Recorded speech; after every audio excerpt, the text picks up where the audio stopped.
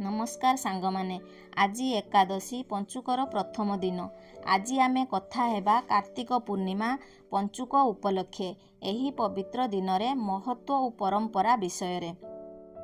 पुराण अनुसारे कार्तिक मासरे भगवान विष्णु निज भक्त मानंकु परीक्षा करुथिले जे भक्त निज इंद्रिय को नियंत्रण करी सात्विक जीवन बिताउ थाए से भगवानंको अनुग्रह पाउ थाए। किछि कथा अनुसारे भगवान विष्णु अनंत शयन शेष करी देव उठन एकादशी दिन जागी उठंती। सेठारु 5 दिन परे 5 दिन भक्त मानकर भक्ति परीक्षा हुए।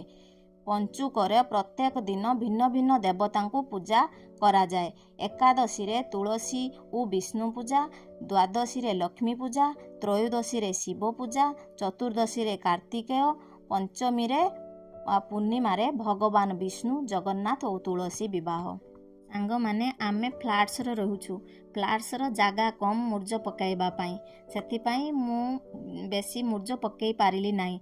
जेति कि मो द्वारा संभव मु सेति कि जदि आपण मानकु आम मानकर वीडियो पसंद आसुथाय लाइक शेयर सब्सक्राइब